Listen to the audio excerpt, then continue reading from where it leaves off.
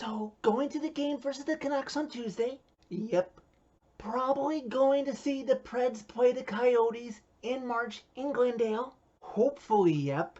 If you think we're shelling out the money to go see Preds training camp in Switzerland and then see the Preds play the Bruins in the Czech Republic, you're crazy. When you pay a bill around here, let me know. Would somebody tell that San Jose Screamer to shut up? Preds tie the San Jose Sharks 1-1, and then the Sharks get the extra point in a gimmick on a goal by Timo Meier and win the game 2-1. I was watching this game in the same time zone it was being played in, and even I wanted to go to sleep during that shootout. How would the Preds respond after such a disappointing effort in Denver on Thursday? In a building like the Shark Tank, where historically the Preds have not had a ton of success. After all, who could forget Game 7, May of 2016? Why not turn to the goalie who got a clutch win the last time the team was there last March, on a Saturday night, no less, when the team was in a lull. Early in the first, San Jose is throwing everything from everywhere, but they're distance shots. So, in the beginning, Juuse is seeing everything that is thrown at him, and he is keeping San Jose off the board. Brett Burns goes to the box for the first penalty of the game, and even though the Preds don't capitalize on it, the power play setup that they have fomented this season has continued its success and pressure. Sharks would then get a power play of their own as Hamhuis goes off, but the Preds give the Sharks a lot less access to Saros, and the game remains scoreless. Late in the first, Filip Forsberg gets Erik Karlsson to bite, gets it past him, gets Martin Jones to come down, but he's too far at the goal line and it's just too sharp of an angle and he can't get it in. Would have been the goal of the year to this point if it had gone in. The first period ends and we're still scoreless. Second period, more of the same. At one point, halfway through the second period, the Sharks are getting sustained pressure in the Preds zone and the Preds can't get a line change to save their life. Finally, an exhausted Matt Duchene is the only Pred able to get a line change, and on comes Rocco Grimaldi, and soon after he gets a clear-cut breakaway on Martin Jones, but Martin Jones makes a great pad save and keeps the game scoreless. Not even a minute later, Patrick Marleau tries to match Rocco's chance, but his shot is saved by Saros. Shout out to Lindsay Rowley of Fox Sports Tennessee, who told the viewer during the second period of a fact that I even wasn't aware of, that Nick Bonino of the Preds was originally drafted by the San Jose Sharks. Just a little while after shark-bitten Michael Grinlund can't bury it for the Preds, Dante Favreau, just outside his own blue line, lobs it into the air, and Filip Forsberg, just outside of San Jose's blue line, knocks it down on a stick, carries it in, gets it past Erik Karlsson, and roofs it past Martin Jones' short side. And it's 1-0 Preds. And Filip Forsberg strikes a post for the San Jose faithful and says, "That's how it's done." Later in the second, Dante Favreau would take a puck to the face off of the stick of Evander Kane and would be down for quite a few moments as the play continued. And you're not supposed to blow the whistle, according to the rule, unless it's obvious or there is change of possession.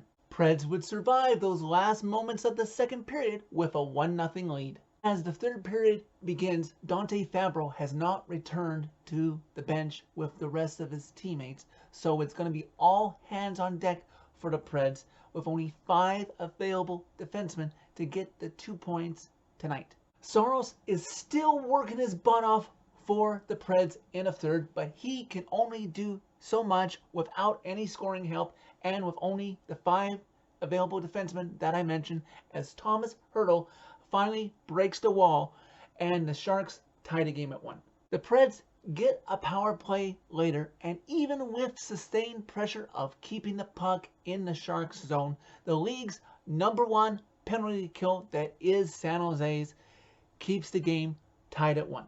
A good sign appears for the Preds in the form of Dante Favreau making his return to the players' bench, sporting a full cage that he is obviously used to wearing during his college days. Just over 6 minutes left to go in regulation. Thomas Hurdle is trying like heck to get his second goal of the game and give the Sharks the lead, and has a wide open net, but Saros appears to get a piece of it, keeps it out, and we're still tied at 1. No other scoring would happen in regulation, and we're off to overtime. Early in overtime, San Jose gets a 2-on-1, but Saros makes a great pad save on Evander Kane. Forsberg works to get a chance the other way, but Martin Jones shuts the door on him as well. Then Michael Grenlund carries the puck into the San Jose zone and is rewarded for his effort and draws a hooking penalty on Evander Kane. With 1:31 remaining in overtime, the Preds get the players on the ice that they want, and they get some great chances, including Johansson with a tip, but he just misses. And then Forsberg gets a chance, but Martin Jones gloves that. The Sharks may have had their questions in goal up to this point in the season, but the league's #1 penalty kill survives again. Neither team allows a power play goal in this game, and we're off to the gimmick. Nobody wants to score in this shootout as 1 round, 2 round, 3 rounds go by. Finally, in the 7th round, Timo Meier ends it for the Sharks, and they win 2-1. As much as I hate the gimmick, the Preds players should set aside some time in practice for it, just in case.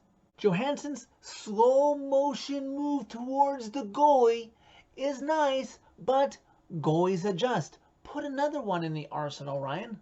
Saros got the 1 point, but the 18 players in front of him couldn't get him the second. Thanks to Jeremy K. Gover of 1025 The Game for this stat on Juuse's progress after his last 3 starts.